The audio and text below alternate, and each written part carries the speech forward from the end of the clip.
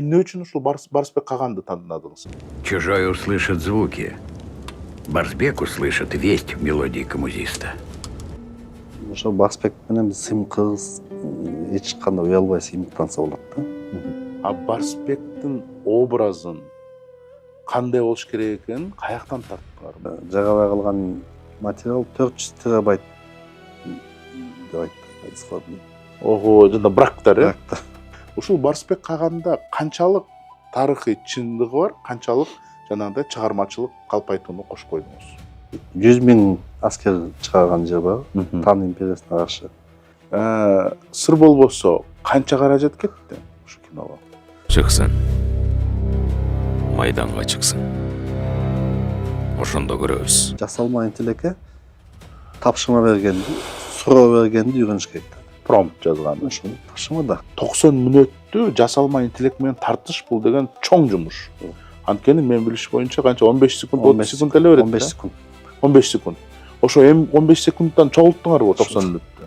Бүгүнкү күндө эң жакшы тасма деп ойлойм да, баягы. Тирүү кишиден дагы жасалма ашты болуш керек да, менин оюмча. Ошондо кыргыз элинин тарыхын дүйнө жүзүндө 100 миллион киши көрөт. Саламатсыздарбы, урматтуу көрүүчүлөр? Семет Яманбековдун учурдагы подкасты жарык көрүп жатат. 19-сентябрда Кыргызстандын кинотеатрларына жаңы, чоң, масштабтуу тарыхый тасма чыгат. Барсбек Каган деген аты менен. Биздин тарыхта бул эң биринчи тарыхый тасма жасалма интеллекттин жардамы менен жасалган. Бүгүн биздин коногубуз ушул Барсбек Каган тасмасынын автору, жаратманы, Каганат фондунун негиздөөчүсү Нургалы Асаналиев.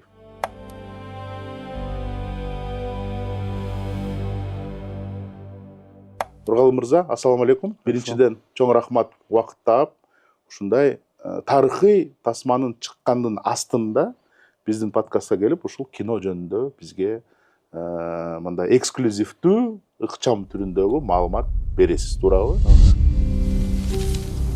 От денени жылытат. Ал эми эс тутум жанды жылытат. Ошол кезде дүйнө болжосун талашкан ачкарчыларга үйрөнө окшош эле.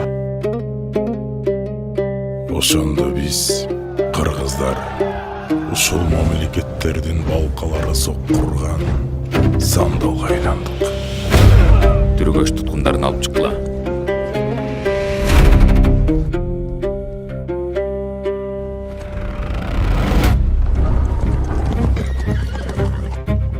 Капаган менин адамдарымды өлтүрдү. Анын аскери менин чек арамда турат. Ал согуштан коркпойт. А эгерде биз жөнүндө ал көптү билсечи, анда эмне?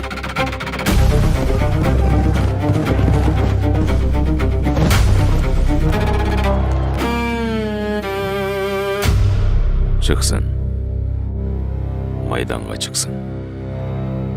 Ошондо көрөбүз.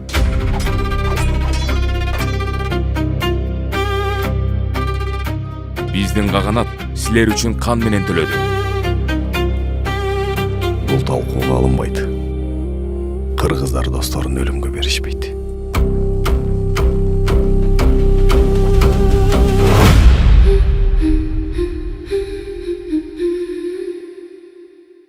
Мына трейлерин көрүп чыктык.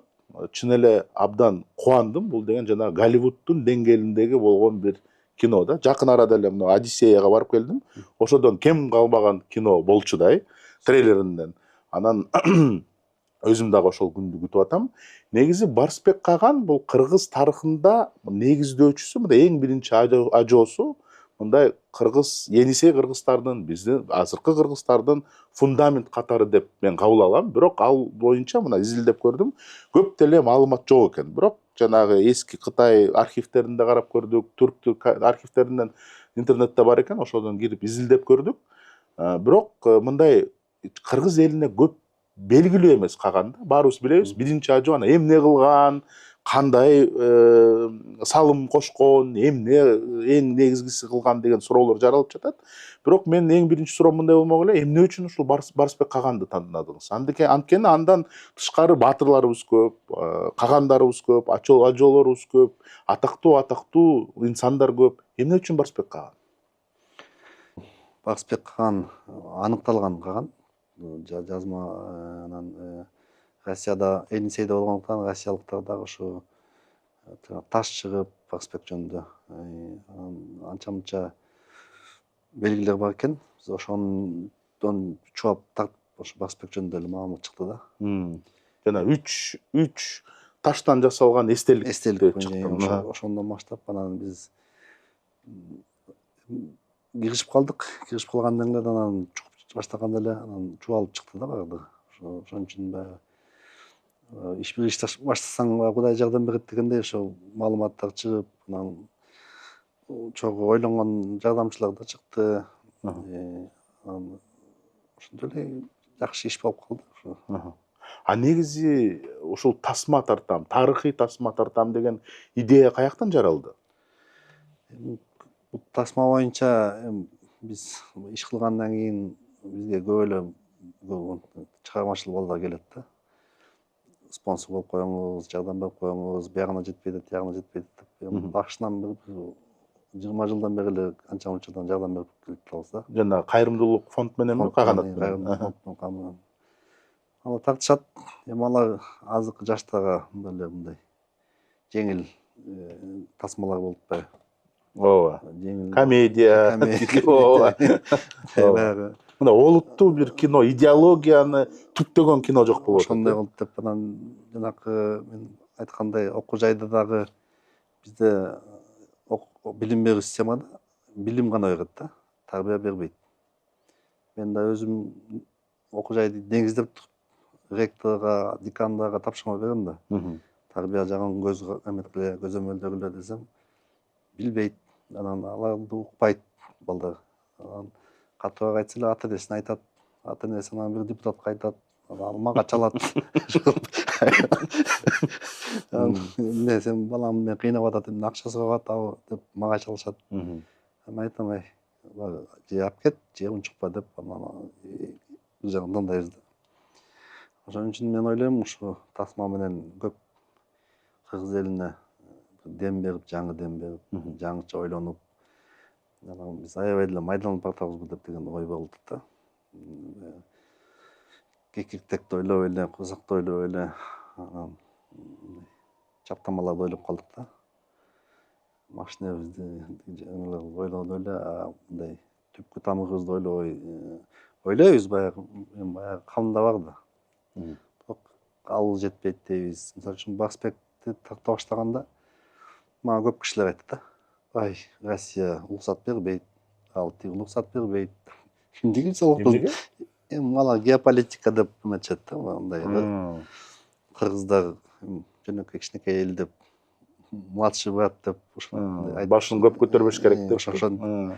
Анын бияктан көп кишилер айтат да, Москвадан айтпайт антип. Мен Москвада жана китеп жазып иш кылдым, окуп алышпай, сүйүнүшүп да, окумуштуулар, чиновниктер, саясатчылар бул керек деп. Тарбияны айтып калдыңыз.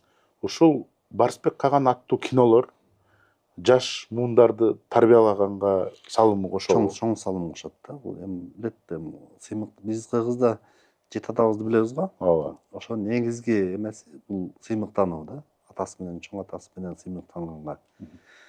Ошо Барысбек менен биз Кыргыз эч кандай уялбай сыймыктанса болот да. Эми азыр көбүнчө эл айтып атат, Манас деле тартса болот эле, Эртештикти тартса болот эле деп. Мен ойлойм, Манас менен эпостарлар азыркы кичине жаштарда талаш бар да. Жомок калып, ойлоп таба алган деп. Барысбек жөнүндө антип айта албайт да. Анын архивтери бар, далилденген. Далилдер бар. Тирүү киши 12-13 жыл мурун эле болгон. Анык да. Ошон үчүн Барысбектен баштайлы деп меттик. Эми жана айтылгандай жасалма интеллект менен азыр колду өндүрүп алса, Манаста тартса болот, звездный боюнда татса болот. Каалаганды тарта берсе болот. Эми азыр колду эметип коебуз керек да.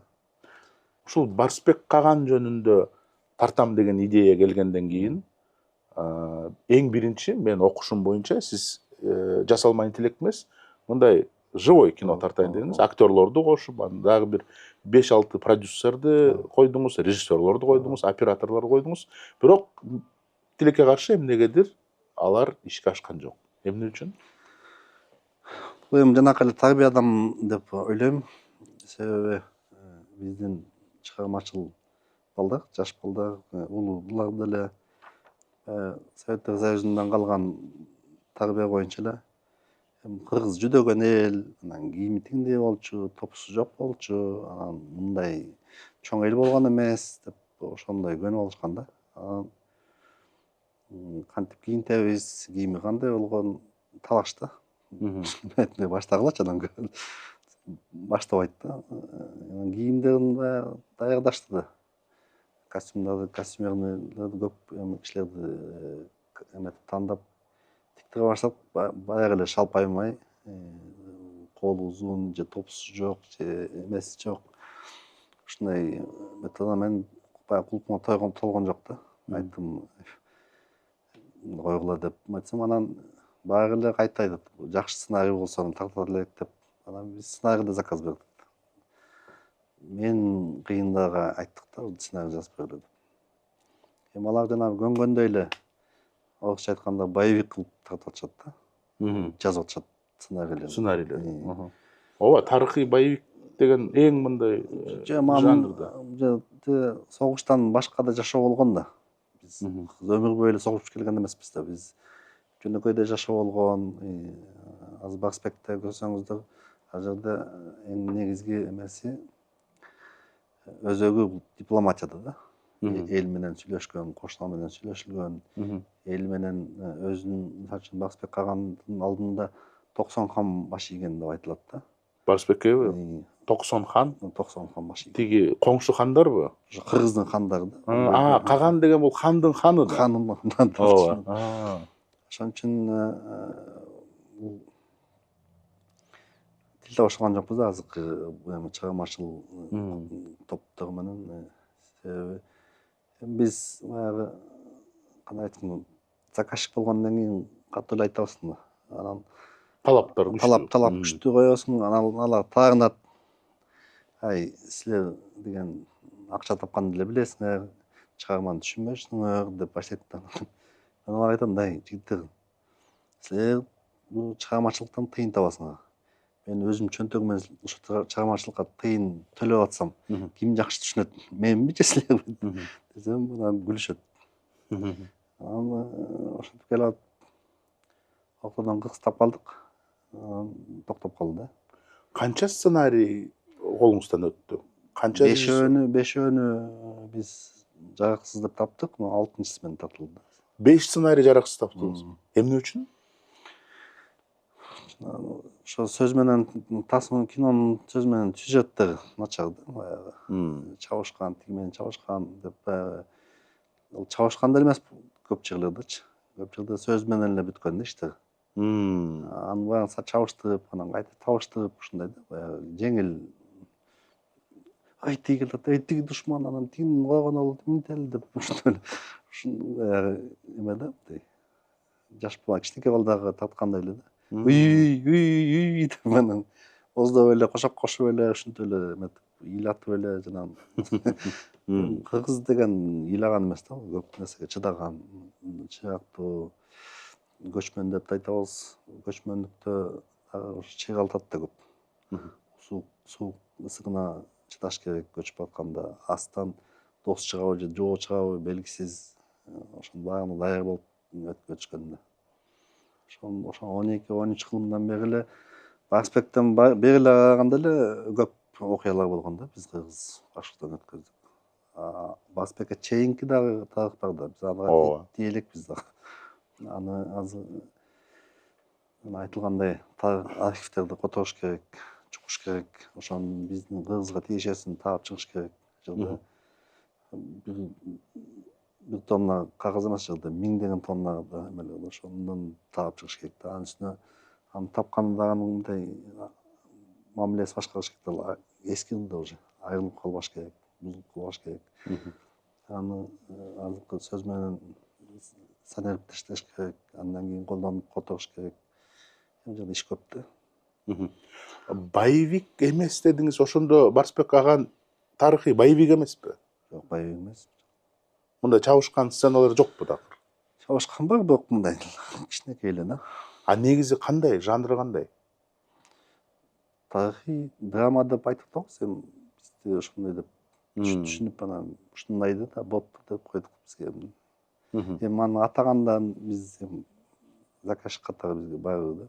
Бизге тасманын мааниси чыкса эле болду да. Жо, мен сураганым ошондо сиз басымды жалаң эле чабууга эмес, боевик эмес, ушул дипломатия жолуна, анан кантип кыргыздардын жана 90 хандын башын кошкон деген философияны көрсөтөт да, бул кино ошондой болуп атат.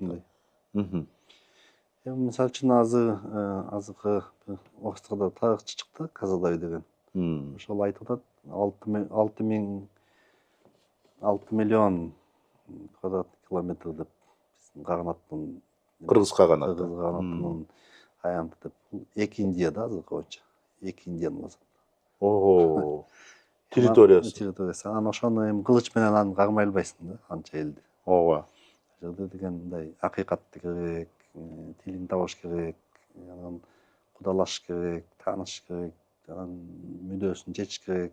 Ага жерде тоодо жашаган бар, ага өзүнчө мамиле кылыш керек. Талаада жашаган өзүнчө мамиле кылыш керек. Өзгөчөлүктөрүн билиш керек да. Өзгөчөлүктөрүн билиш керек. Ошондо Барсбек аган көрөгөч, данышман, чоң инсан беле. Ансыз болбойт да. Ансыз эми азыр биз өзүнүн айылыбызды башкара албай атабыз, анан 6 миллион квадрат 2 Индияны башкарса, азыр Индияда деле канча тартыш болуп атат.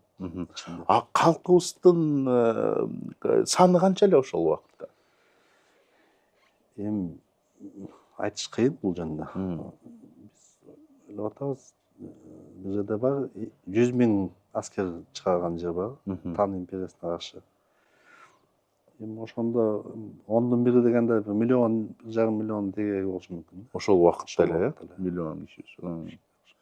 Анан өзүңүз айтып калдыңыз, Манас, Эртөштүктөр, эпос, жарымы мүмкүн тарыхыйдын чындыгы бар. А Барсбек агандын 100% чындыгы бар деп. Бирок буну аныкташ үчүн абдан чоң тарыхый эмгек керек, изилдөө керек. Ошол сиздин тарыхчыңыз ким болду? Ошол тарыхый база, фундаментти ким түптөп берди? Биз эң негизги биздин ыкма дейбиз го, тарыхты ыкмалар менен колдонот да кандай. Кээ бирлер жерди казат, кээ бирлер элди угат дегендей. Кээ бирлер архивке барат. Биздин ыкмабыз өзүнчө аналитика болду да. Мисалы үчүн Тан империясы кай жакта жашкан, андан кийин Көк Түрк каганаты кайда болгон, ортосунда кандай мамиле болгон, анан ортосунда тирөө болгондо ким ортосунда калган, Византия империясы кай жерде болгон, алардын мамилеси кандай болгон, анан перстерден кийин ислам халифаты чыккан, уже 7-8 жылында уже 3-4 халиф пайда болгон. Анан ошонун баарынын ортосунда кыргызды таптык да. Кай жерден ким менен кандай мамиле болгон деп. Анан азыр мисалы үчүн орус тили деп эле баары эле эме атпайбы? Орус тилинин жарым тили биздики да, кыргыздыкы. Кандайча? Эми мисалы үчүн калпак деген сөздү ушундай сөзгөр көп да. Калпак, колпак деген бар да. Ошондон алар талашат биз менен. Орус тилин сүйлөгүлө депчи, анан айттым, орус тилин сүйлөгөндө айырмасы кайсы? Жарымы биздики, кыргыздыкы сөз. Түрк тили деп айтат. Бирок ал жаңылыш да. Кыргыз тили, анан кийин түрк тили пайда болот да. Кандайча? Наоборот айтып атпады эле. Түрк тили бул кыргыз тилин түптөгөн деп. Түрк каганаты, биринчи түрк каганаты түрктөр пайда болгон 5-жылымда. Кыргыздар пайда болгону биздин доорго чейин пайда болгон да. Демек, чоң атасынын тили болот да. Баласынын тилин сүйлөбөйт да. ошол убакытта кыргыздар азыркы кыргыз тили менен сүйлөчү беле? Ошондой да биз эме чечип атабыз, анан баары эле макул болуп атат ошого. Эми азыр кошулма анча мынча кошулмалар бар. Араб тилинин кошулмасы бар, перстилдики кошулган бизге азыркы тилибизде. Эми аны уже байкалбай деле калды да. Кайсынысы кайсы экенин. Ошондо түрк тили биздин тилден чыктыбы? Ошондой болгон деп айтылат да. Буга тарыхый далилдер барбы? Эми биз саржылап айттык да, анан биз баягы сүйлөшүп келгенде эле мен көп эле консультант алдык да. Кинону тартканда, таасманы тартканда. Анан ушинтип тура болот деп эметип турду да, түздөп турду да. Анан көбүнчө эми дипломатия деген сөздө жерде кат бар да, дипломатия немесин. Каттарда бүт баары азыр айтышат, кыргыз тили азыр англис тили кандай болсо, деңгээли ошондой болчу дейт да. Ошол заманда. Ошол заманда. Мындай эл аралык Тил болгон да. То есть Кытайдан кыргызга, анан кыргыздан грекке которот, же римге которот, ушундай болгон дейт да. Биздин тил аркылуу деп. Эки плечого иштеген кыргыздын тили деп айтылат да. Демек кыргыз тилинин таасири орус тилине дагы, түрк тилине дагы жана башка тилине чоң турбайбы? Чоң. Азыр алтайлыктардын бир 90% эмеси сөзү биздин тилде. Кытайлыктар менен сүйлөштүк да биз. Кичине эле мындай айырмалар бар. Окшош. Эми биз бир элебиз да, алар калып кеткен, биз бияка көчүп келдик да. Анан тарыхчылардан ким консультация кылды? Эми алардын өтүнүчү боюнча баягы тепкилегенсин атыбызды айтпай эле койчу деген да. Ошондо баягы башында айткандай айтат да, сен тияка тартып атасың, бияка тартып атасың деп сөздөр көп айтыпчы. Биз мындай жылма жол менен кетип атабыз да. Азыр тасманы чыгарсак, анан баягы катып айтканда бул провокация болот да. Элдин баары уже талаша баштайт. Эмнеге? Эмнеси провокация? Эмнени талашабыз? Каган биздики кыргыздыкы болгон факт. Душманды алыстан издебеш керек да. Өзүдөн эле баштайбыз да. Ай, биз мындай эмес болчубуз, анан мындай болгон эмес деп баштайт да. Мен трейлердин комментарийлеринде уже окуп атам ошондой ойлорду. Мен көрдүм. Ага азыр жетем го. Бирок канча тарыхчы жалдадыңыз? Эсеби жок, 50дөн көп да. 50дөн көп? Бир тасмага 50дөн көп тарыхчы иштедиби? Анан биринчи биз Каганат менен Барсбек менен токтомокпуз. Биздин демибиз ошого жетип турганда. Анан тарыхчылар менен сүйлөшүп атып анан киноэпопеяга өттүк. Жанагы 5 кино болот. Барсбек Каган биринчи киносу. Демек ошол 50 тарыхчы бүт 4 киного консультант болуп, консультация берип турат экен да. Түшүнүктүү. Анткени чоң жумушу чоң да эми түшүндүм. Эми бул жерде 4-5 империя жөнүндө сөз болот. Алардын кулашы, түптөлүшү, мамилеси, ушул көп нерселер тартылат да. Бир жерди тактап кетейин дедим эле, орус тили жарымы кыргыз тилден турат деп атпайсызбы? Калпак дедиңиз бир сөз, мен мисалы үчүн ура деген сөздү. Биздин уран да. Уран деп чуркаганда азыр алар ура деп эметип атат. Дагы кайсы сөздөрдү айта аласыз? Кечип коюңуз, мен тилчи болбогондон кийин азыр эстим, мына эмет жооп бере албай атам да. Бир көп сөз орус тилде. Анан алар деле талашат биздики деп. Анан кайсы сиздики, силер могу эле көчөк эле балдарсыңар да десек, анан кандайчы дейт. Негизи биздин эме боюнча, эсеп боюнча Петр 1 баштаганда бул кылыктын баары кыргыздын тарыхын жууганганчы. Себеби ошол Петр 1 баштап Россия жаңы дем алып, ал Европага келип, батышка менен катышып, эми азыр ошонун эмеси өзүнө тийип атат да. Залакасы. Москвада калыптанып калды, Петр 1-ни Европадан алмаштырып коюшкан деп деген сөз бар да. То есть өзүнүн эли өзүн баягы ошону душман кылып атат да. Петр 1 биздин айткандай подставной деген. Царь не настоящий дегенде. Кийинки эле монголдор жөнүндө сөз болгондо эле монголдун көп суроолору пайда болот да. Мындай байкасаң, эми кыргызды мисалы үчүн айтып келгенде биз айтабыз да, мына чыңды биздики, тоо биздики, суу биздики деп. Монголдор аны эчтекесин айта албайт. Меники деп бир салып койгон оокаты жок. Же тилиндеги өткөн эчтеке өткөн жок. Башкача айтканда, монголдорду күнөмгө салыш жеңилирээк да, чем кыргыздарды караганда. Кыргыздар биздики үстөмдүк кылсак жакшы да. Анан эми баягы кыргызда сөз бар да, тарыхка тапанча менен атсаң, ал сага замбырек менен атат дегендей, биз тарыхыбызды, тамырыбызды түптөшүбүз керек да. Биз Кудай ушунча берип, бизди сактап калгандан кийин мамлекеттүүлүгүбүздү өрчүтүшү керек да. Мисалы үчүн дүйнөдө элге баары да, ким эме кылат, үстөмдүк кылат. Эң негизгиси баягы зулум кылбаса экен деп айтат да. Кыргыздан зулум тарткан деген эл жок да. Биз кыйналганбыз деп айткан сөз жок. Ал эмес жанакы Чыңгыз хандын салыктарын салган эмес. Бизде негизи көп эл жакшы жашаса, демек мамлекет күчтүү болот деп. Шаарларды өрттөгөн эмес, талкалаган эмес, кырган эмес. Болгону эле бизге кол салганда кандайдыр бир жооп бергенбиз да, ооба.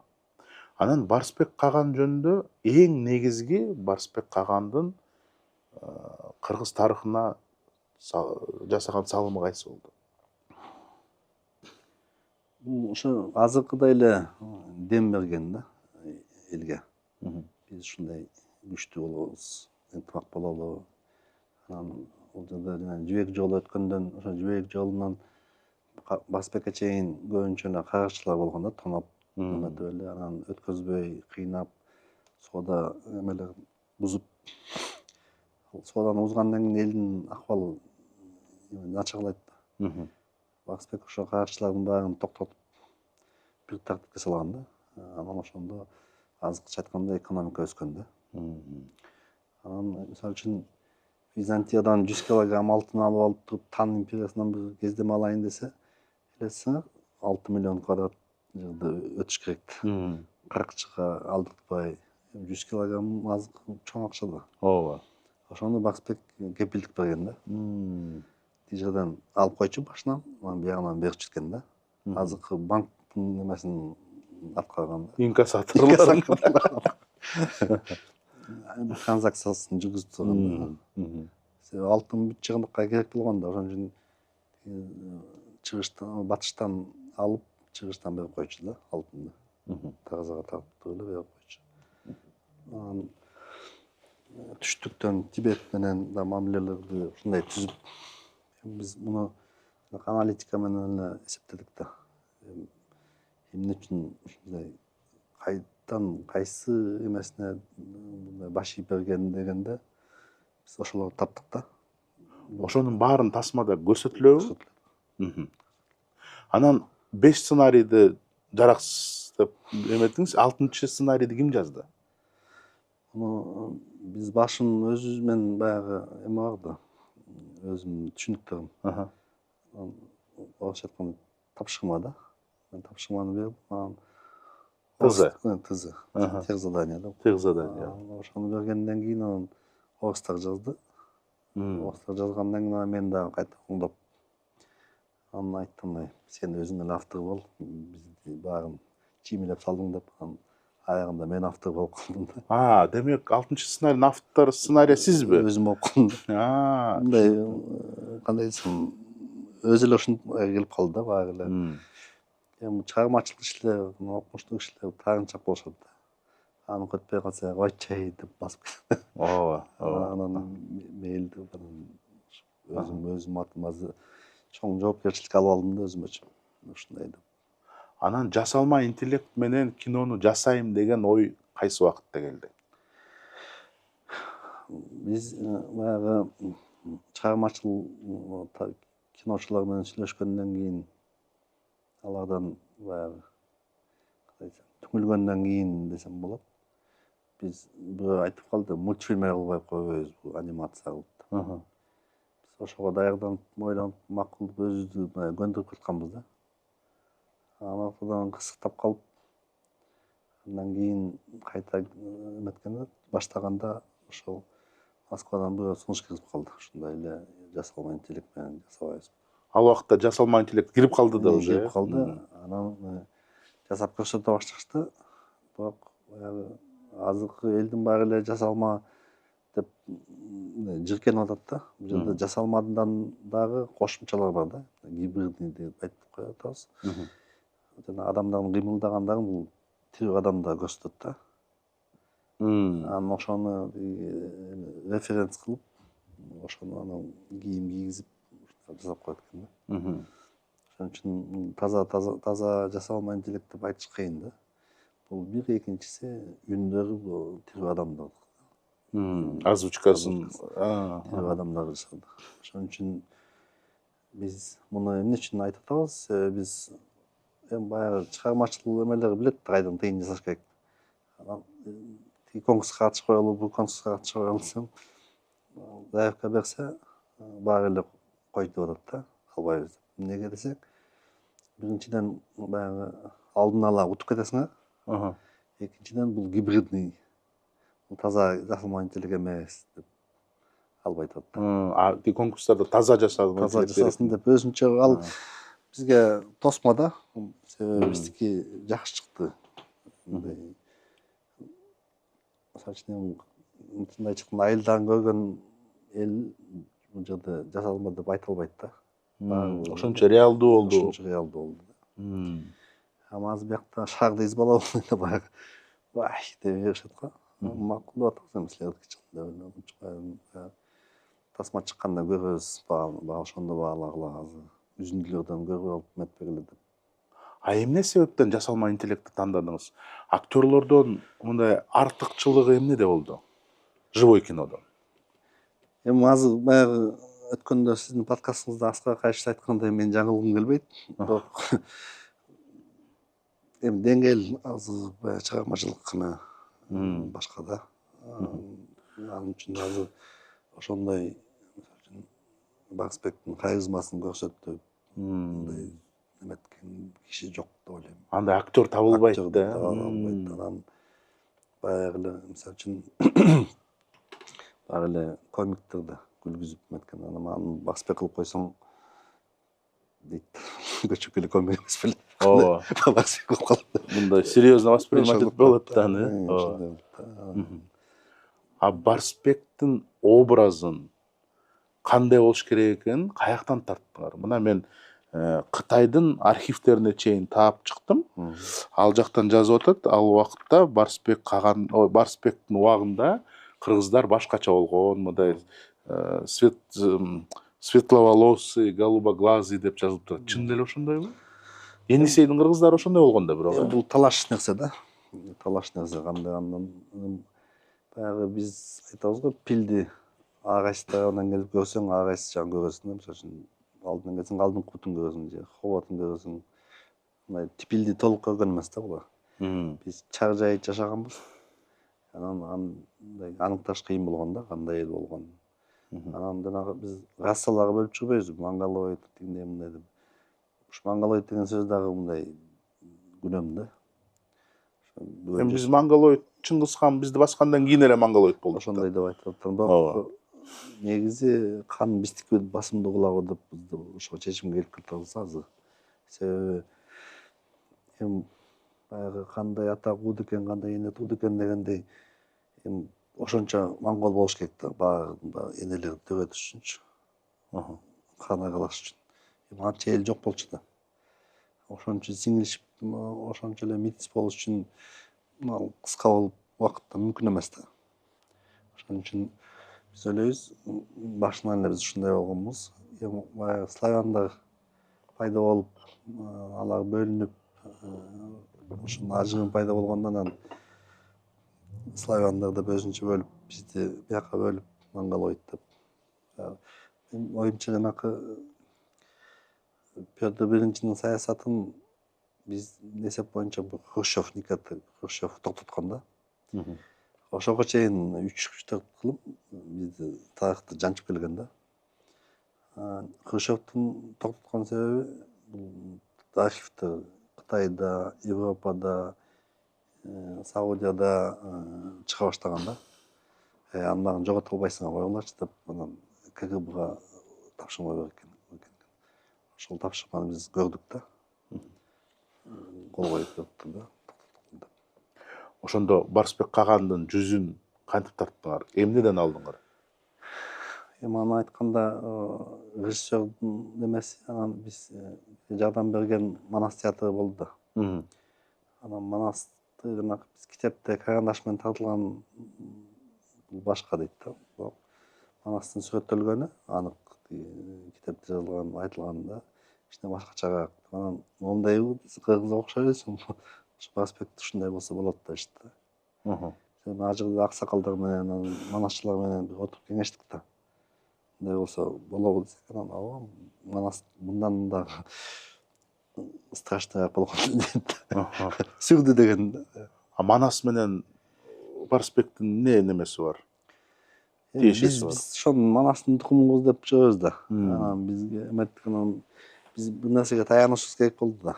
Анан биз ураныбыз Манас дегенден кийин Манастан бери тартып эметтик. Анан манасчыларды биз колго алганыбыз себеби ошол алар көптү билет деп эметтик да. Эл кандай болгон, кандай сүрөттөлгөн дегенде, анан ошол сүрөттөр ошондоктон чыкты да, манасчыларга акылдашылдык. Ошондо Барсбек эми кимге окшош болуп калды? Жарым жартылай Манаска окшоду, мындай бет түзүлүшү. Мындай жөнөкөй да. Азыркы кыргыздарга окшош. Енисе кыргыздарга окшош эмеспи? Андай эмес. Эми ортосу да кыскасы. Ортосу. Эми бул сүрөт жок болгондон кийин бизге кыйын болду. Анан биз ушундай деп элестетебиз деп жоопкерчиликти алып алдык. Анан костюмдар жөнүндө дагы айтып калдыңыз. Мындай живой кино тартайын дегенде костюмдар бирөөлөр мындай кийилген, бирөөлөр мындай кийилген деп. Силер кандай костюмдар тандадыңыз жасалмай?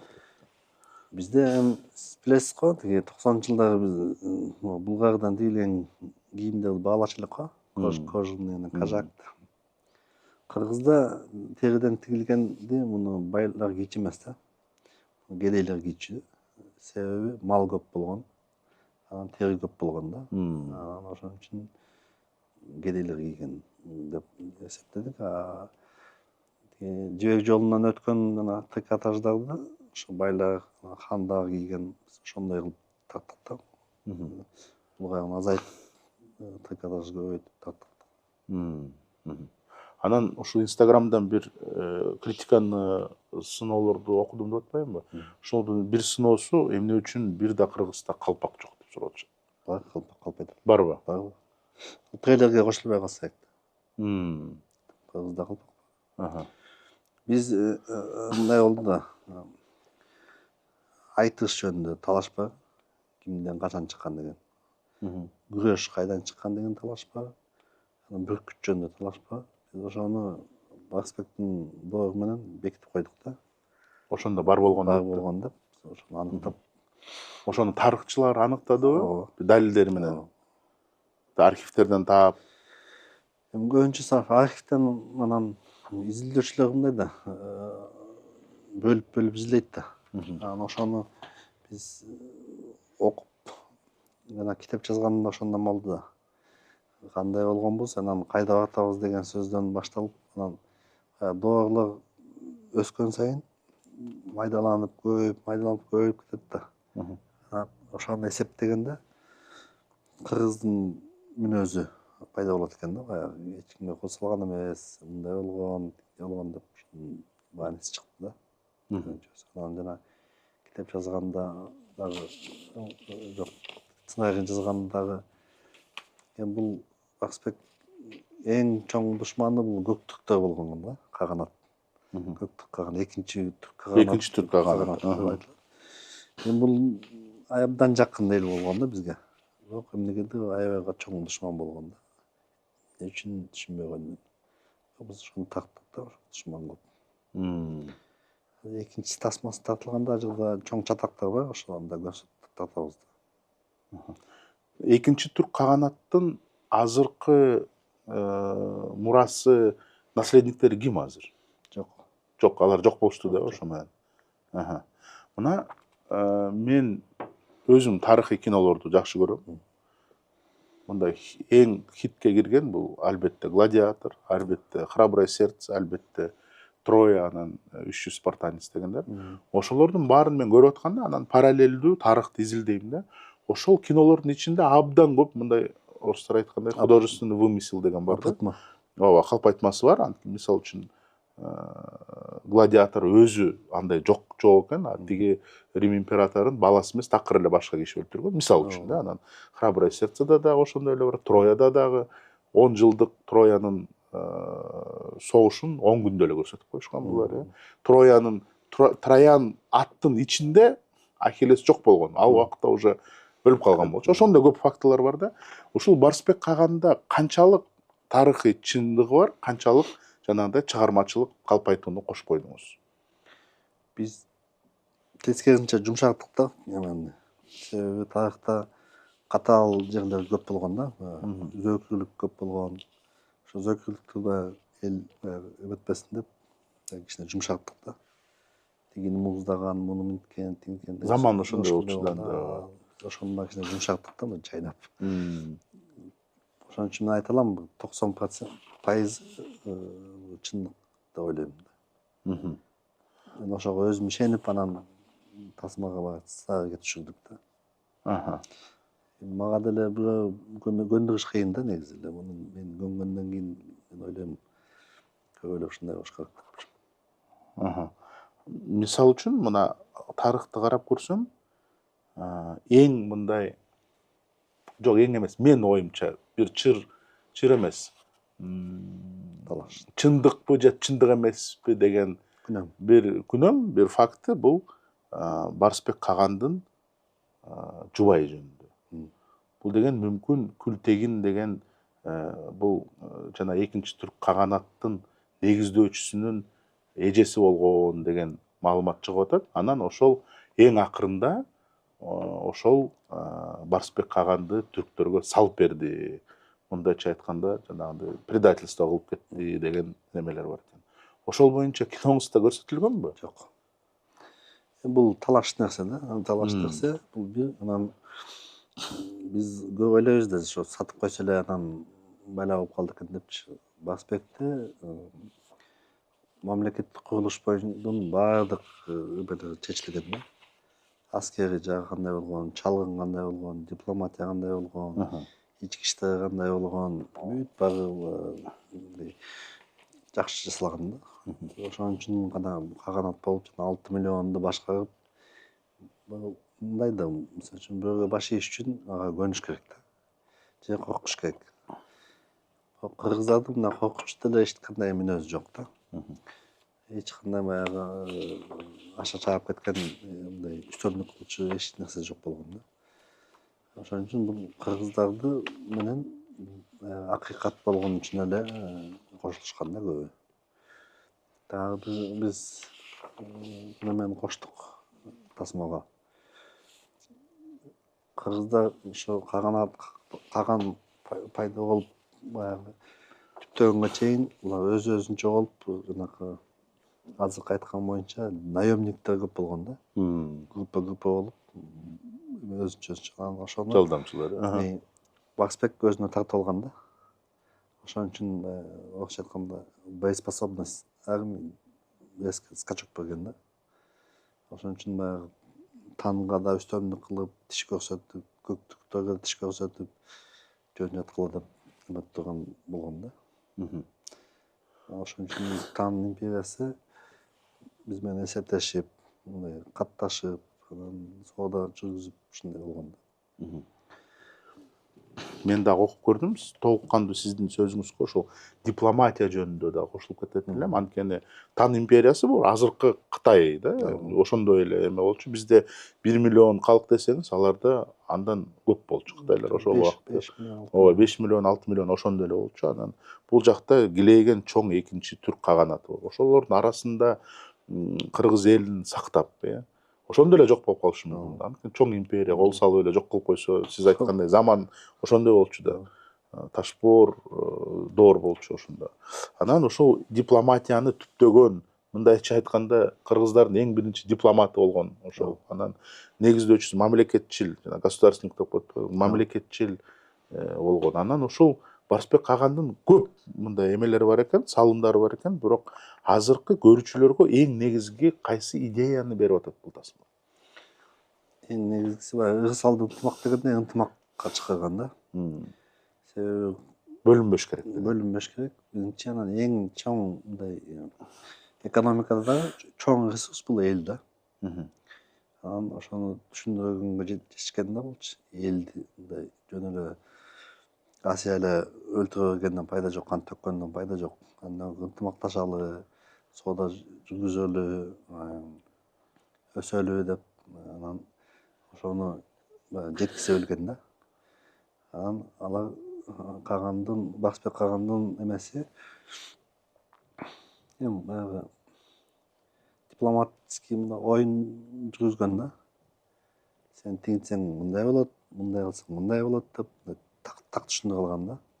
Себеби Барысбекте жанакы чоң жерди басып тургандан чалгынчылар негизи күчтүү болгон да. Маалымат тез жыйналып, тез өсүп турган. Себеби азыр биз интернет менен колдонуп атпайбызбы? Кыргыздын маалымат ташуусу эң жеңил болгон да, себеби ат алмаштыруу жеңил болгон да. Ошон үчүн 50 чакырымдан бир ат демесең, кийинки айылга барсаң, айылдан жаңы ат берип, кийим берип, тамагын берип, суусун берип, анан аттандырып кайтып, тигинин атын алып калган. Ал жайылып, кайта семирип, өзүнө келген, ушундай болгон да. Ошон үчүн маалымат Барысбекте тез жүргөн да. Тиги тарапка да, артка да маалымат тез жетти. Чалгынчылар күчтүү болгон. Сиңишип калган да көп.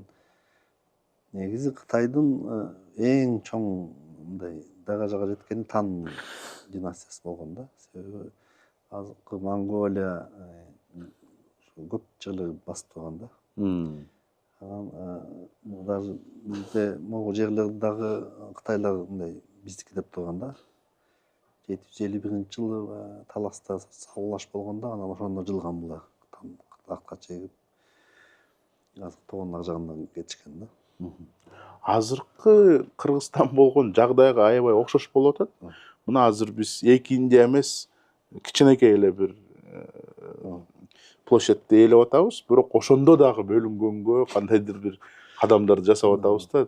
Бияк регион бөлүнүп, депутат болгондо эң биринчи сурообуз каяктан чыгат экен, биздин клубун бекен, биздин райондон бекен деп айылга чейин бөлүнүп кетебиз да.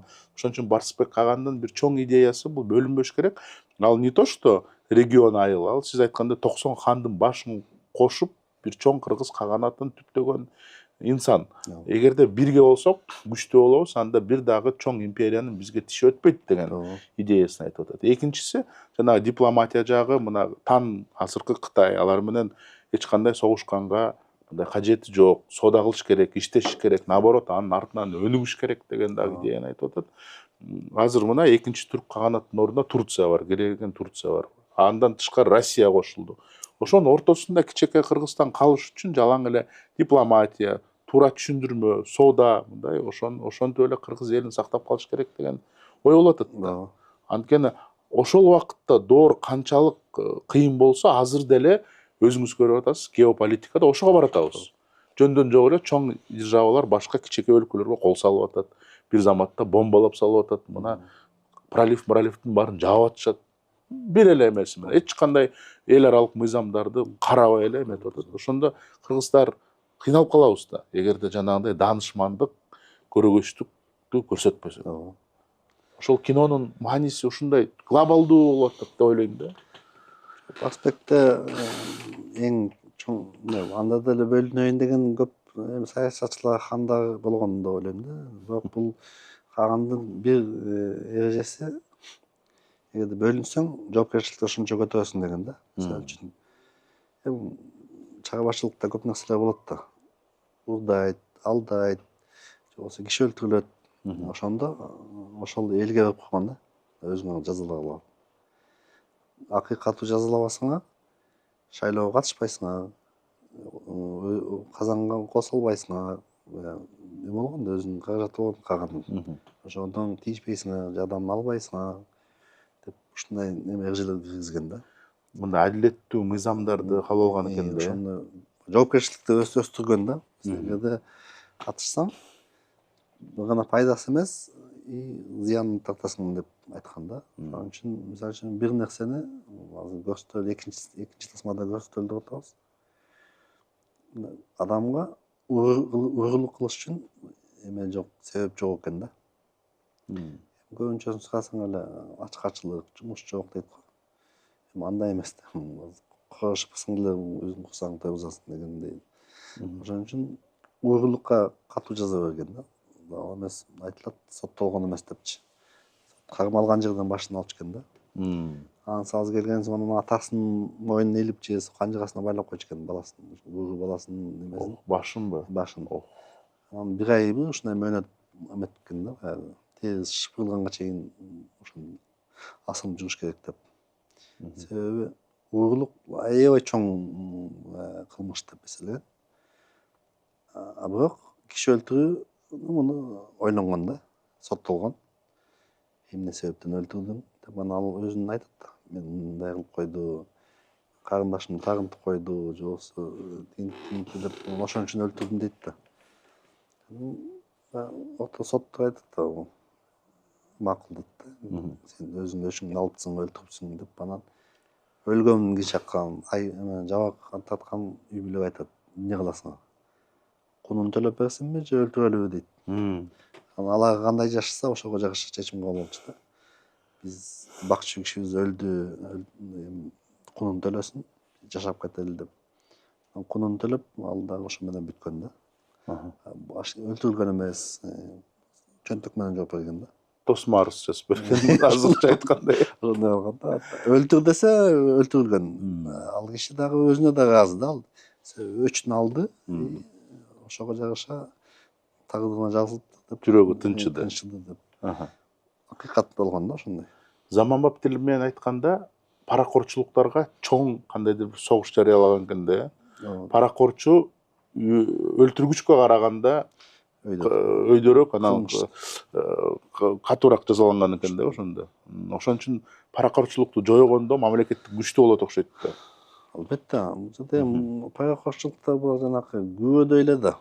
Табат го кийимге, шкафка кирип алып жейт го. Ошондой эле да. Билинбейт, көрүнбөйт, бирок жей беришет да бирөөнү каттаган ошондой эле кылат да. Анан ушул жасалма интеллект менен сиз ошондой чечим кабыл алдыңыз. Жасалма интеллект менен бул кинону тартабыз деп. Анан чет элдик бир компанияны жалдадыңыз, туурабы? Ошолор жасап берди. Кайсы чет элдик компания? Анан кандай болду ошол?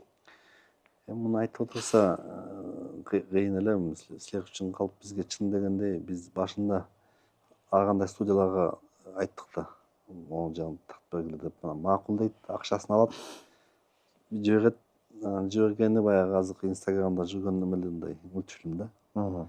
Динамика жок, физикасы жок, естественный эмес жок. Реалдуу эмес. Реалдуу эмес. Анан ага дагы домат кое албайсың, акчамды алып кел деп айта албайсың. Айтат, мына кечирип кой деп. Баягы айткандай мындай костюм болгондон кийин топчусу турат, жакасы турат, толду да кечирип кой дейт. Ошондой ал көп эме болду да. Биз көп каражат ошого жегизип койдук да. Андан кийин ошентип ыргалап атып, анан бир компания жоопкерчиликти алды. Мен жооп берем. Анан мындай эмеге чыктык да, динамика. Кайсы компания? Кайсы өлкөдөн? Россиядан, бирок Россиядан дагы болгондон кийин азыр санкция көп болгондуктан биз Дубай аркылуу дагы көп нерселер жасадык да. Дубайга заказды түшүрүп, анан алар чачып, Белоруссияга, Украинадан жана Европага качып кеткендерди ошол жакта Европада жасашты. Көбүнчөсү эми баягы орустар, белорустар, арабтар кичине катышты Дубайдагы. Украинецтер качкандар катышты да. Ошондо аларда команда болду да, бир студиянын командасы. Хронометражы 1,5 саат. 90 мүнөт. 90 мүнөт. 90 мүнөттү жасалма интеллект менен тартыш бул деген чоң жумуш. Анткени мен билиш боюнча канча 15 секунд, 30 секунд эле берет. 15 секунд. 15 секунд. Ошо эми 15 секундтан чогулттуңарбы 90 мүнөттү? 15 секундта окушпай калат да. 15 секундта 10 жолу оңдош керек, чтобы жагыш үчүн. Анан кийинки 15 секундта ошого улап кетиш керек да. Ооба, окшошкондой болду. Bir кадр болуш керек. Кеспен чойгондо бир эме болуш керек да. Ошол азап болду да. Мисалы үчүн азыркы эсеп боюнча айтып атышат. Жагабай калган неме материал 400 терабайт деп айтты исходный. Ого, жана брактар, Ал баары жыйнап коюшту, анан аягында ошону сактаганга өзүнчө акча болуп калды да, дисктер. Анан койчу деп көбүн сактабай эле өчүрүп салып атты. жана брактарды өчүрдү. Канча убакыт алды ошонун баарын жасаганга? 8-9 ай болду, бирок мындай бир нукка түшкөнүбүз жарым жыл болду да. Биринчи 3-4 ай аябай эле кыйналдык. Себеби жанакындай бизди алар түшүнбөйт. Анан алар баягы Европадагыдай кылып тартып коет. Анан күлгүзөт. Мындай күлгөн эмеспиз биз. Ошого чейин мимикасы мындай болгон. Деген каган кыргызбыз. Кийинки сценада мындай иш кылат. Ошон үчүн да азыр эмеси эмоциясы мындай болуш керек. Кыргыздар эмес, билбейт да. Биздин өзгөчөлүктү билбейт да. А Кыргызстанда ошондой деңгээлдеги адистер жок бекен? Жок экен, анда ошондо булар өзүнүн түшүнүгү боюнча жасайт, силер не деп коюшат, кыргыздаштырасыңар да, кыргыздар адаптация кылып, ошондой жумуш болду. Эми азыр жөнөкөй айтканда эми баары бүттү мына, жетпишти деп коебуз. Эми ушуну тарткан кишиге келгенде, кыргызчалаганда өзүнчө бул эме да, машакат да. Себеби эми муну айтса болобу, айтса болбойбу, бирок эми баягы болушунча жумшартып айтайын. Азыр кызганыч пайда болду да. Тирүү баягы жеңил тасмаларга тарткан балдар жардам бергиси келбей калды бизге. Себеби баягы которгондо эле кыргыз актер сүйлөп бериш керек да. Ооба. Барсбекти өзүнчө, Кемпирди өзүнчө, Чалды өзүнчө киши. Алар аябай айтчай искусственный интеллекттин алса карматчы деп ушундай түшүнүксүз. Мындай түшүнүк жокпу? Болду. Жасалма интеллект биздин турмушка келди. Келди, буну менен иштеш керек, буну менен пайдаланыш керек. Жана мурда билесизби? Гезиттерден интернетке өткөндө, ой, гезит өлбөйт, бул интернеттин болбойт, жарабайт деп элеп отуруп, мына азыр гезит жок болду, анан кийин интернет келди, болду. Телевидение да өлбөдү. Ооба, bundan кете албайсың. Ошондой түшүнүк жок бекен бизде. Мага жете элек, себеби азыр мүмкүн жанагы жөнөкөй тасмаларга заказдар бар, талап бар, ошон үчүн ошолор менен алек болдук да. Ал жерде жоопкерчилик азыраак, кишинин акчасы азыраак болсо да жоопкерчилик жок кесе да.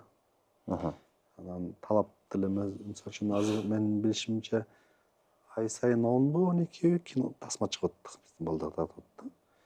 Ошолор менен алек болуп эле бизге мындай колго башып калыш, биз деле убагында жардам бердик эле атсаң, байке койчу, мындай иштетпечи деп. Кызганыч деген бул жанагы живой кино жок болуп жасалма интеллект басып кетет деген кызганычпы? Ооба.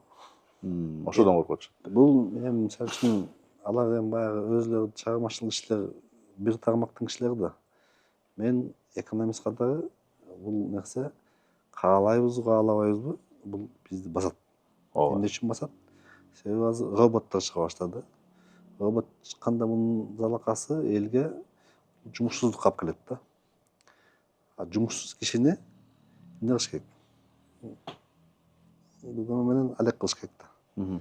Силердин тил боюнча контент жасаш керек. Тасма тартыш керек, кылыш керек. Жасалма интеллект муну промышленный масштабта жасайт да. Каалагандай заказ берсең, ошондой чыгарып берет. Ошон мисалы үчүн эртең менен заказ түшсө, кечинде даяр кылып бере берет да. Кечиктирбей. Адамдар баягы ойлогондой жасай албайт да, мисалы үчүн андай темп керек да. Мисалы үчүн опрос кылат да, кечинде опрос кылат, кечинде опрос жыйынтыгы менен эртең менен ошого жараша кино тартып коюш мүмкүн да.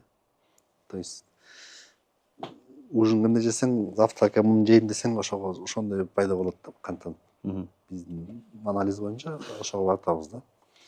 Ошон үчүн бизде кыргыздарды мен Өтүнүш кыйын го, мен ойлойм ошого чакырган да. Искусственный ошо жасалма интеллекттин мындай колдонгонго. Бул кадимки эле мисалы үчүн кашык жок деле кол менен жеп жибеп белем. Кашык пайда болду, вилка пайда болду. Колдонуп жибейбизби? Өнүгүү мындай башкача өзгөгө келип атат да. Ошого жараша эле искусственный интеллект каалайбызбы, каалабайбызбы бул эми кээде колду көндүрүп алса, бул арзан нерсе да. Азыр биз жаңы баштаган үчүн чыгымыбыз көп болуп кетти. Бирок кийинки тасмалар арзанга түшөт деп ойлойм. Тажрыйба болот. Тажрыйба болот. Анан жоопкерчиликти алган кишилер пайда болду да. Мен мынча акча берсең, минутасынча болот деп бизге уже Түшүнүп калдыңыз. түшүнүп калдым да. Ички кухняны түшүнүп калдыңыз. Сыр болбосо канча каражат кетти ушу киного? Эми биз жанагы башында айтпаганбы, тиги жанакындай кичине алдангандай болуп калдык да. Ошо менен кошо. Ошону эсептейлекпиз биз. Аны кошпогондочу? Ушул 90 мүнөткө канча кетти? Эми акыркы компанияныкы $1,5 миллион теги болду го дейм. Биз нукка түшкөндөн кийинкиси, мурункуга чейинкиси дагы $1,5 миллион. Мисалы үчүн актерлор менен кино тартсаңыз бюджети канча болмок? мага сунуш беришкен, мисалы үчүн жана эми аттарын айтса болобу, 3 миллион деген сөз болгон, 5 миллион деп айтылган. Анан ошондон өсүп кете берген да. Европалыктар менен да иштештим да мен. Алар 10 дейт, анан 5-ин бересиң, анан прокаттын жарымын бересиң деп ушундай сунуштар түштү. Ушундай Европада 10 миллион долларга тартып бересиз. 10 миллионго тартабыз, бирок 5 миллион нак бересиң, 5 миллионго Процент. прокат жарым бересиң деп ушундай. Эми сунуштуу болгон да. Макул ойлонолду эле. Демек жасалма интеллект арзаныраак экен да. Эми негизи ошого алып атат да. Арзандатуунун негизи эмеси да. Мисалы үчүн келиндер капа болбос, жана кир жууган машина, мультиварка бүт баары ошо колду алыш үчүн да, мен колду бошотуш үчүн да. Ооба. Бул искусственный интеллект ошол жалкоолуктун иши да. Лейн двигатель прогресс деп коечу. Ооба. Ошого атат да. Эми бул жерден мен мисалы үчүн 10 жыл баягы окуу жайда, өзүм негиздеген окуу жайга академиктерге, доктор науктага, илимдин докторлоруна айтчумун да. Баланы жообуна жараша жооп баа койбогула дечимин да. Неге дейт, анан жоопту жаттап алса болот да. Суроону жаттабайт. Кандай суроо берсе, кандай татаал суроо берсе, демек ошол деңгээлге бала жетти. Чындасызбы? Ооба.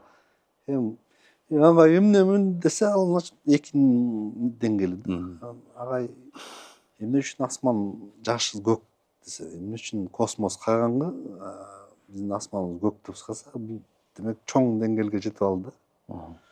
Биз көбүнчө айтабыз да. Эмне үчүн түн менен күн алмашат деген сөзгө келгенде баары айтат. Көлөкө жагы караңгы болот, күн тийген жагы жарык болот айтат. Эмне үчүн космос эчтеке жолтосу жок, караңгы деп ушуну суроо берсе, буга деле жооп бар, бирок башкача жооп бериш керек да. Космосто кислород жок, мындай чагылдаган нерсе жок деп. Бирок анын деле жообу бар, бирок бала, студент бала окуучу ага ошого жетиш керек да. Өзү жетиш керек да. Эмне үчүн деп. Анан ошон үчүн азыр ошол заман келди да. Мисалы үчүн искусственный жасалма интеллектке тапшырма бергенди, суроо бергенди үйрөнүш керек да. промпт жазган. Ошол тапшырма да. Суроо, тапшырма. Ошону бизде көбүбүз билбейбиз да, ошо тапшырма бергенди. Азыр бийликтин да кыйналып атканы ошондо да. Тапшырма берген билбейт, талап койгонду билбейт. Анан талап койсо эле, анан жанакындай революция башталат. Вай дей баштат. Ошондо болот да. $1,5 миллион ошондо сиз жеке өзүңүздүн чөнтөгүңүздү төлөдүңүзбү же мамлекет жардам бердиби? Мамлекеттен батасын эле берген болбосо, мамлекеттен азыр мындай көп деле эметпейбиз да. Мен ойлойм, күлкүнүчтүү го айтпай деле койсо болот, бирок мамлекет жолтоо болбосо экен деп эле тиленебиз да. Биз ушундайга жеткизип койду да азырчы. Деп эле тийбесе экен деп. Өзүңүздүн каражатыңыз ошондо, жеке каражатыңыз. Манча нак акча өзүмдө болбой калды. Достук Россияда достук жардам берди. Ал мындай насыя да. Аз жаба азам бар. Кайсы жасалма интеллект менен колдондуңуз, кайсы программаны? Мунун балдары мага айтпайт да көбүнчөсүнөн. Тиги бу деп кетти, макул деп билем деле кийдигишпей. Алар ойлоп атат да бизде кийинки эмеде тасмада бизди түрүп коет, Четтетип коет деп. четтетип коет деп мага көп нерселерин айтпай атат да. Бирок мен түшүнгөн боюнча Кытайдын бир немелери. Кытайдын немелери. Мен сураган себебим анткени мен мисалы үчүн мен деле колдоном да, ар бирибиз колдонуп калдык болуш керек. Кыргыздарды мындай промпт, сиз айткандай промпт жазып атканда мындай башкача кылып чыгарып коет да, бир монголдорго окшоштуруп коет, кытайларга окшоштуруп коет. Анан сиз ушул Барсбекти тартып атканда ушу геройлорду кантип кыргызга окшоштурдуңуз? Түшүнбөйт да кыргыз деген ким экенин. Эми ошо демо деген сөз бар экен, референс деген сөз бар экен. Анан жасалма интеллект таанымал кишилер болсо өткөзбөйт экен да. Ооба. Голливудтун актерин койсоң өткөзбөйт экен. Авторский право. Бирок эме сатылат экен бетте. Мен укканым боюнча. Расмий түрдө. Кытайда азыр ошол бизнес болуп пайда болуптур да. Өзүңдүн бетиңди сатсаң болот экен да. 1 жылга же 2 жылга арендага берет экен. Анан ошо менен колдоно берет экен. Ошондой экен. Бул азыр меткел табызда ичинен жаңы укат да. Жаңы телефон алганда чукулагандай эле чукулап келтабыз да. Бирок мен ойлойм, Барсбек каган жакшы деңгээлге чыкты деп ойлойм да, жасалган боюнча. Мен сураган себебим ушу Инстаграмдан да окуп калдым. Кыргыздар кытайларга окшош болуп калыптыр дегенсин айтып атышат. Трейлерде бөлүнүп чыгат да. Ошол жакта кытайлар көбүрөөк көрүнүп калган болуш керек да. Кыргыздар кыргыз эле болуп тартылган. Ушул жасалма интеллект менен жасалган тасмада эң кооз кадр кайсы болду деп ойлойсуз?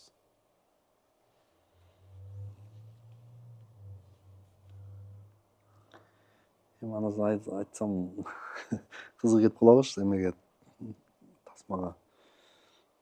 Сиз сөз менен айтасыз да. Наоборот, ошо көрөм деп, көрүш керек деп барат элдер. Жерде бир момент бар да. Тан империясында эме болот. Бийлик алмашуу, оппозицияга жанакы наследный принцтерди куугунтук алып баштайт да. Ошолорго качып келип Барсбекке жашырынышат. Ошол Барсбек ошону политический убежище берет да. Эмелесеңиз, азыркы Кытайдын оппозициясын биз катып алсак. Чатак болот, чоң чатак болот. Ошондой эле да. Биз ошону сценарийибиз абдан жакшы койду да. Ошону биз тарыхтан да чугуп көрдүк, болгон экен ал. Анан азыркы бир интернетте жүрөт. Кагандын алдында Кытайдын эмеси императору чөгөлөп турган тартты. Бирок ал анча эмес, бирок ошого жакыныраак болгон экен да. Качып келип башкалакалаган экен да. Анан Кытайдан Тан империясынан коркпой Барсбектин деми жеткен мындай бул аныкталган нерсе да. Элестеңиз, качан азыр биз Кытайга ушинтпей десек. Ушундай мамиле болот. Ошол ойлойм, ушундай бул эми бир эле эпизод да, мындай бир эле бөлүгү. Ушундай эмелерди көрүп анан кыргыз болуп туулуп калганыма деп мындай эметесиң да, сыймыктанасың да. Анан көп эле айтып коюп, биз жалп кобуз анан тигибиз бул андай эмес да. Мына сценарий өзүңүз жаздыңыз деп атпайсызбы? Анан тиги эми сценарий башыңызда да. Анан жасалма интеллектке өттү. Мындай ар бир эпизоддорун көрүп алдыңыз. Эң мындай жүрөктөн алган эпизод кайсы болду? Эң мындай переживать этип, даже сценарийден күчтүү болуп кетти ушул жак деген нерсе кайсы болду? Эми андай жок. Мен ойлогонго баягы тил менен анан баягы адеп, орустар анан тигилер булар болуп биздин эмени түшүнбөйт да, менталитет. Ойдогудай азыр эми болушунча чыгардык, жанчып атыпчы, оңдо деп атып оңдоттук. Эми экинчи тасмада дагы жакшыраак чыгабы деп ойлойм да. Азыр эми мындай бүгүнкү күндө эң жакшы тасма деп ойлойм да, баягы тирүү кишиден дагы жасалма акчты болуш керек да, менин оюмча. Мааниси боюнча дагы, сапаты боюнча. Бирок тирүү кишиден эмнени жасалма интеллект жакшыраак жасай албайт экен? Ошондойлор барбы? Башында болгон, бирок биз аны өттүк да. Жанакындай кылып адамды кошуп, динамикасын жасай албайт экен. Ошон үчүн адамды коштуңар Адамды да. коштук. Ошонан жасалма интеллект кийинтип, ошол декорация жасабай, ошол эмеге акыбалга алып келип, эметет экен да. Жасап берет экен. Ошондон тышкары эң кыйын эмне болду ушул жасалма интеллектти үйрөтүш керек да. Бул деле азыр жаш бала да, жаңы төрөлдү да. Аны мен азыр айта албайм, себеби мен ал катышкан жокмун да. Онлайнда болду да. Көбүнчө мен жазып жиберем, алар мага кайта эме менен жиберет, интернет менен жиберет. Мен көрөм, болот, болбойт, могу жерде оңдот, тиягын оңдот. Онлайн иш болду да. Кишилер менен эми билесизби, көбүнчө ошо интернет менен IT менен кызмат алектенгенде үйдө эле жатып алып эле жасайт да көп нерселерди. Ооба. Интернет бар, Удаленка деп коюшат. ноутбук бар. Мен тамашалайм, тишиңди жуудуң беле деп тамашалап коем да. Тишин жуубай тамак ичпей деле жасай иштей беришет. Чыгармачылык ошондой. Тамашаласам, все нормально деп коет. Анан эң дагы бир катуусун эмне үчүн эң биринчи бул орус тилинде жасалды. Перспектионду кыргыз тилинен жасаш керек болчу деп. Жерде эки тамаша бар да. Тамаша мен айтам дегенде. Бизде кыргыздарды тоодон түшкөн деп баягы эсиңизде, мындай там сөз бар болчу да. Тоодон түшкөнсүңөр деп. Орустар өзгөчө ошондой айтат. Биз тоодон түшкөн эмеспиз, тоого чыккан элбиз да. Енисейде жашап, тоого чыкпай качыктык да. Бул сыймык нерсе да. Лучше гор, может быть, только другие горы дегендей. Бул тоо, чоң байлык, чоң сыймык. Өзүңүз эле байкап атасыздар, суу кенен, субтропический климат, 4 сезон бар.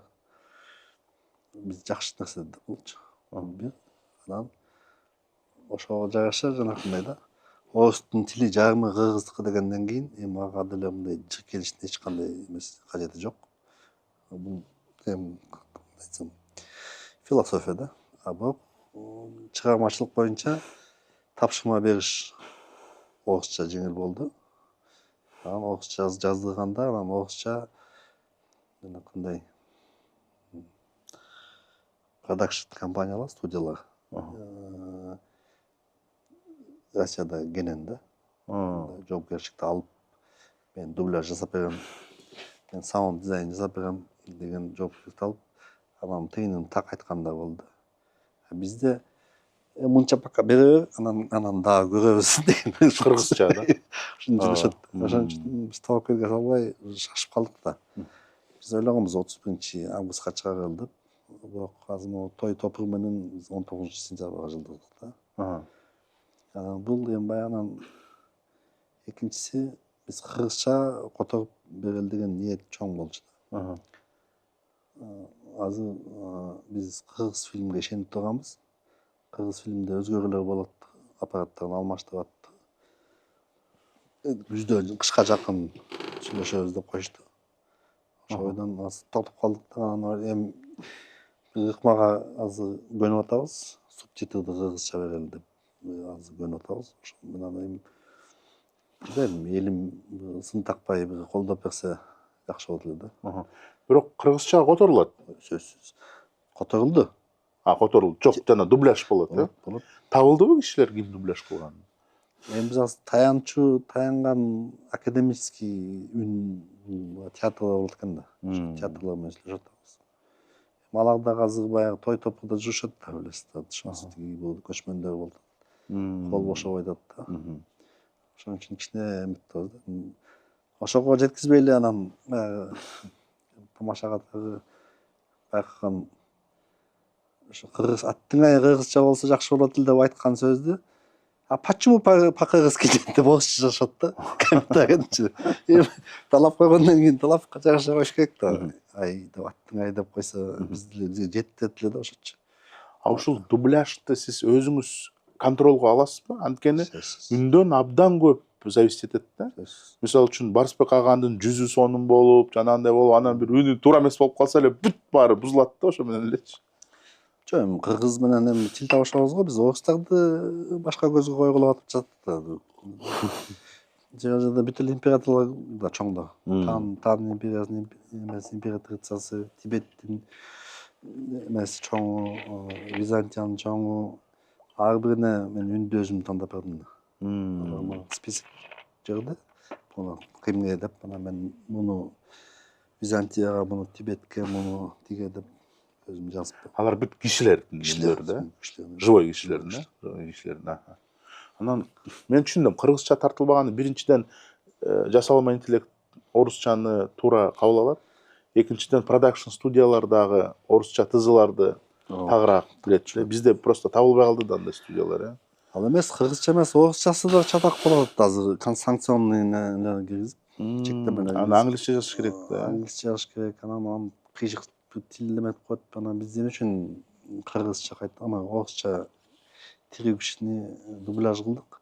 Себеби тапшырма бергенде улуттук анимациясын жасап берет да. Сөз сүйлөбөйт. Кытайча сүйлөп атабы, же орусча сүйлөп атабы, же хаколча сүйлөп түшүнбөйсүң. Ошондойбу? Анан отдельно сүйлөтүш керек. Отдельно анан тиги студияга берип, биз аябай кымбат студияны жалдадык. Голливудтун кинолорун которгон, дубляж жасаган студияга сүйлөштүк. Ого. Анан ошолор жакшылап бизге эметип берди да. Анан жакшы чыккан себеби айда дубляжга келгенде, сөзгө келгенде оозду окшошпай калат да. Ооба. Анан кайта жаңы генерация кылып, андан да 10 жолу чалынып болсо анан кайтадан ошо тилдин оозун түздөш үчүн көндүк үчүн. Эми азыр кыргызда кайта ошого келебиз да. Азыр орусча сүйлөп атат да ооз.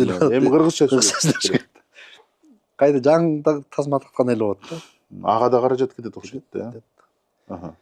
Эми биз ойлоп атабыз, эми бизге азыр кыргыздын эл менен батасы керек.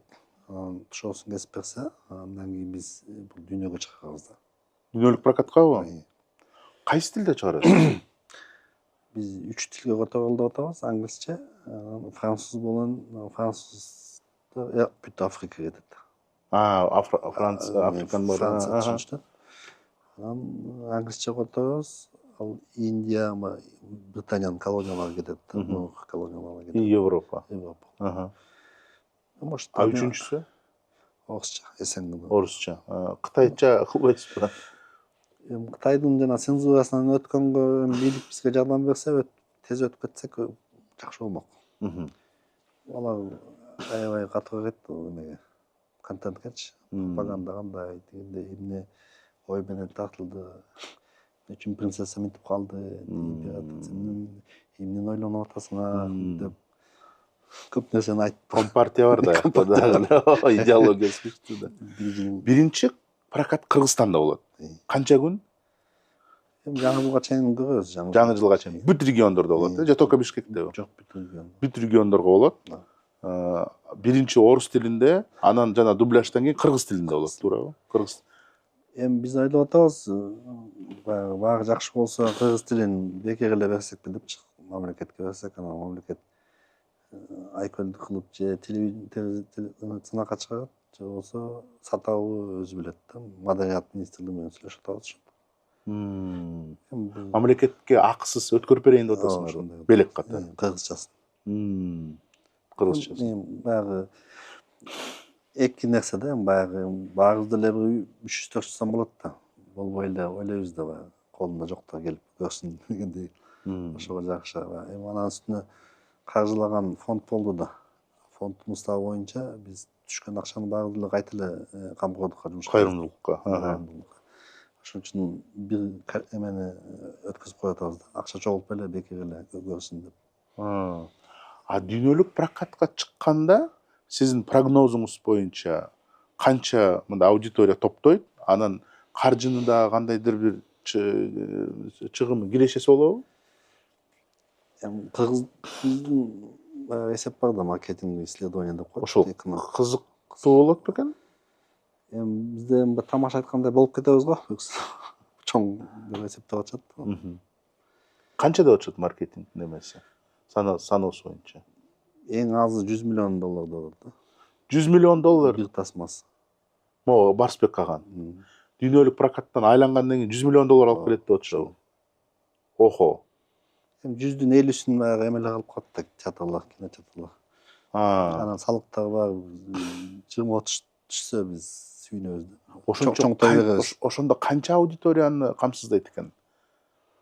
$1 эсептегенде эле 100 миллион киши да. 100 миллион киши. Ошондо кыргыз элинин тарыхын дүйнө жүзүндө 100 миллион киши көрөт. Бизде ошол прогноздор бар. Тыйынынан дагы ошол кыргызды таанып калса, бир эсинде калса, мисалы үчүн буга чейин биз башка дүйнө өлкөлөр менен иштешебиз да. Кыргыз кайдансың дейт, Кыргызстан. Казакстан? Нет, Кыргызстан. Өзбекстан? Нет, Кыргызстан деп атып кетти. Ал иши жакшы, Курдистан деп коет. Ошону таанып койсок, бул чоң дагы эме болот да, бизге жеңиш болот да. Идея сонун экен. Бизде кыргыздар баягы өзүбүз аябай талап чоң коебуз да, кыргыздар. Комментарийлерди байкап аткандай талап кое беришет, бирок элди таанытып алсак тышта баары кайта келип эле мамиле да. Силердин жакшы киноңор бар деп. Сен манасыңа бар, анан Барсбегиңе бар деп жылуу сөздөр сүйлөп биринчи контактка жакшы болобу деп атабыз да. Анан сын жөнүндө да айтып каттыңыз. Эң негизги сындар кайсы болду? Болгону жасалмайынча элекке баягы түшүнбөй атышат, ойлоп атат да, баягы сапаты начар деп. Начар. Эми азыр баары эле колунан келишинче эле жасап атышат да. Соцсетке таратып атат. Көп жерлерде мындай динамика, физикаларга окшошпойт, мультфильмдер болуп атат да. Анан ушундай каганды жөн эле тартпайсыңарбы дегенде эми тасманы толук көрмөйүнчө эми ал билбестик кылып атат да. Бул бир. Экинчиси баягы мен деле ошону каалагам да. Түлөө кылып, ырым кылып тиги биринчи кыргызча чыгарсам деп ойлогом да. Эми баягы ойлогон ойду кыстаган турмуш жеңет дегендей ошондой шартка кабыл болуп калдык да. Көчмөндөр оюну, шоос, той топурлар көбөйүп кетти. Анан бүт жана чыгармачыл элдер ошол жака тартылып иштеп атышат.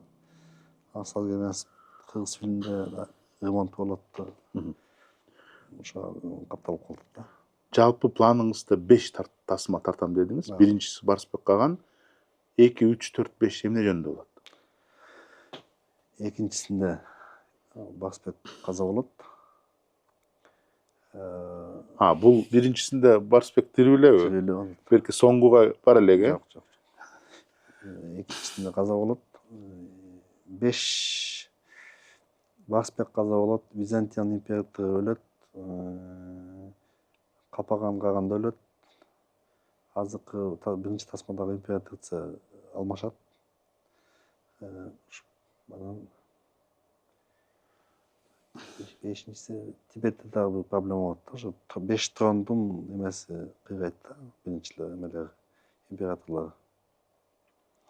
Ушундай тарыхта ошондой болуп калыптыр да баягы. Атайын жасалган эмес. 711-жылы 3-4 киши каза болуптур да. Византиян каза болуптур, Барсбек каза болуптур. Тан империясында бийлик алмашыптыр, Тибетте алмашыптыр. Анан Тургештин каганы өлгөн, каза болгон. Алар жөнүндө кино тарткандын идеясы эмнеде? Бизге эмне тиешеси бар деген? Бул кагандын деңгээлинде баягы жерде отурсаң бир, анан тоого чыксаң башкача көрүнөт го. Кагандын деңгээлинде караганда алар баары көрүнүп турат да. Анын көмөксүн аса албайбыз да биз. Мисалы үчүн үйүндө кийим тиксең, үйүнүн 4 стенасын көрөсүң да. чатырга чыксаң башканы көрөсүң, кошуналарды көрөсүң дегендей айла жок болуп калды. Алар менен мамиле түзүп калат каган. Баягы сүйлөшөт, катташат, кат жазышат, жана дипломатия менен сүйлөшөт. Себеби айтат да, мисалы үчүн таңкы бирдеме деп айтсаң, эмне тиги Византия минтип атат, силерге кандай мамиле кылып атат дейт. Анан алар айтат, мынтип кой, антпе мынтип деп. Баягы ушундай эме болгон да. Жок, аны түшүндүм. Византия империясынын каганы өлүп калды боюнча, өлгөн боюнча кино тарткан эмне кажети бар деген суроо да. Биз Идеясы кандай болот? Идеясын түшүнбөй атат окшойм мен. эми мен баягы кыргыз көп кайгырбасын деп атам да. Басып эле каза болгон эмес ал ошол жылы депчи, 711-жылы. Аны бир эле кино менен көрсөтүп койсо болот да. Баары каза болуп калды деп 5 кино Жок, жок. эметпей. Бул экинчисинде эле көрсөтүлөт 5 эменен. Анан үчүнчүсүндө Барсбек менен кошо тигилер каза болду деген. экинчи тасмада ошо болот. Түшүнүктүү. Анан үчүнчүсүндө көктү каган жок болот, каганат. Уйгур каганат пайда болот. 4-чү тасмада кыргыздар көтөрүлүп уйгур каганатынан чаап түшөт. Анан кыргызга орусча айтканда кыргызга великодержавие пайда болот да. Чоң жанакы Енисейдик кыргыздардын великодержавиясы бар. буга чейин уже талас согуш бүтөт. Эмес арабтар менен Кытай. Ошондон кийин чоң 11-кылымга чейин өстүбүз. Ошондо жана монголдор Чыңгыз хан жөнүндө күнөө пайда болот да. Себеби Тан империясы аябай гүлдөп турган кези, Барсбек менен кыргыздын каганаты гүлдөп турган кези, анан кичинекей шелден монголдор чыгып ушунча нерсеге жасаш күнөө пайда болот да. Биз ошого тарыхчылардын айтуу боюнча бул тарыхты кайта жазышкан да саясатчылар. Жаңы Орус империясы пайда болду, көп болду да. Европадан дагы эмеле болуп пайда болду, мамлекет чоң мамлекет. Ошол мүстөмдүк менен тарых кайта жазылган да көп нерселер. Чыңгыз хандын дагы көбүнчөсү мындай анализ кылганда, мисалы үчүн Чыңгыз хан болбогондо Россия түптөн эле өмөр эмес да. Себеби анын саясаты боюнча салыгын төлөп коюп каалагандай жашай бер деп койгондон анан улар өскөн да. Эптеп алдап убакыт уткан, анан пайда болгон да. Кыргыздар үстөмдүк кылып турганда Россия пайда болбойт болчу да. Башкача саясат болчу да. Акчанын да кереги жок, биздин саясат жүргүзөсүң деген деш керек болчу да. Азыр негизи ушул каганат боюнча 5 кино тартам деп, негизи ушул каганат идеясы сизге жакын окшойт, Ошого тарых боюнча жакын окшойсуз. Жок. Бул жана фонддун атынан пайда болду да. Биз каганат деп коюп алдык. Андан кийин ошонун суроо пайда болду. Эмне үчүн каганат, кандай каганат жөнүндө бирдеме билесиңби деп анан биз китеп окуй баштадык да. Жөнүндө. Андан кийин Барсбекти окудук, анан өсүп келди. Андан Барсбекти тарта коелу десек, анан тиги тарыхчы айтып атат, муну айтып атат, муну да кошуп кала, тигини кошуп кала деп. Эми баягы өстүк да ошого чейин. Нургал мырза, соңку суроо. Ушул 19-сентябрда кыргыз эли кинотеатрга барып, Барсбек каганды көргөндө ошол жакта эмнени көрөт деп ойлойсуз? Кандай масштабты, кандай идеяны, кандай кинону көрөт деп ойлойсуз? Эми мен өзүм мындай аябай көп нерсени жактырбайм да. Мага бул фильм тасма жагып турат да, элиме да жагат болуш керек да. Бир, экинчиден сапаты боюнча да. Экинчи эми ойлойм, тасмада болушунча мындай жумшак, мындай кыргызча айтканда чайналып берилген да, түшүнүктүү болушунчу. Анан эл сабаттуусу да сабатсызы дагы түшүнөт да, биз ушундай тыйылып турбайбызбы, эмне үчүн тиги бизге мындай мамиле кылып атат, тиги мындай эмне кылып атат. Ошого жооп табат деп ойлойм да. Эмне үчүн Россия бизге мындай мамиле кылып атат, эмне үчүн Кытай мындай мамиле кылып атат. Эми эки мамлекеттин биз бир чайнабай jutуп койсо болот да. Бирок биз менен эсептешип атат. Эмне үчүн эсептешип атат? Бунун тарыхый эмелери бар да, себептери. Биз менен комплекстер бар деген сөзді есептешіп жүрген, есептеш керек та. Біздің тарихи емеміз бар да, претензиямыз бар да алаға. Ошоны көрүшөт. Анан кийинки экинчи тасмада андан ачыктык көрүнө баштайт да. Эң чоң нерсе мен эмнени күтүп атам? Биринчи дем берилет, элге окшой айтканда дух берилет. Экинчиден тарбия жагы да. Биз ушундай эл турбайбызбы, кой. Ана уят дегенде, уят мурун айтчу да, уят болот антпе? Дегенде эле тыйылып калчубуз да. Азыр уят баягы жигиштип калышпайбы? Ошого эметип ойлойм да баягы. Анан дүйнөдөгүлөр көрсө, дүйнөдөгү бизди сыйлагандай болуп, сыйлап өзүнчө кыздар ушундай турбай деп. Азыр бизге турист деп кыйналып атпайбызбы? Турист тарта албай эле. Тартса деле туристтин дагы эмеси бар да, жакырлары бар, байлары бар. Ойлойм бир байлар келе баштайбы деп ойлойм, сыйлапчы.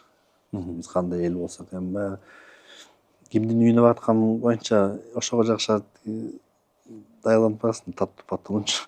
Ошого жакшат. Бумажникти ошого жакшат даярданып келишеби деп да эсеп бар да. Бул эми экономический кызыкчылыктар деп ойлойм. Сизге чоң рахмат. Буюрса баарыбыз 19-сентябрды күтөбүз. Андан тышкары дагы ошол 4 кинону күтөбүз. Андан тышкары биз мына Нургалы мырза менен кошо 10 кишиге бир байге кылалы. 10 кишиге 2 билеттен азыр кандайдыр бир конкурс кылалы. Биринчи, достор, Барсбек Каган жөнүндө эң кызыктуу факт жазыңыз комментарийге. Экинчиден, ушул Барсбек Кагандын тарыхынан азыркы кыргыздар кандай сабак алыш керек деген дагы оюңузду жазыңыздар. Эң кызыктуу комментарийлерди тандап алып туруп, өзүнчө 10 кишиге региондордон, Бишкектен 10 кишиге 2 билеттен акысыз берелик. Электрондуу түрдө WhatsApp-ыңызды жазып жиберсеңиздер, ошол жака салып жиберип, ошол 19-сентябрдан баштап ошо киного акысыз бара аласыңар. Ошон үчүн ушул подкастты көрүп, Барсбек Каган жөнүндө кызыктуу факт жазып, кандай сабак алышыбыз керек, ошону сонун жазып берсеңиздер, ошону Нургалы мырза өзү которуп берет, туурабы? Ошондо 10 кишиге 2 билеттен 20 билетти байгеге коюп атабыз. Сизге чоң рахмат. Буюрса жакшы жаңылыктарды күтөбүз. Рахмат сизге.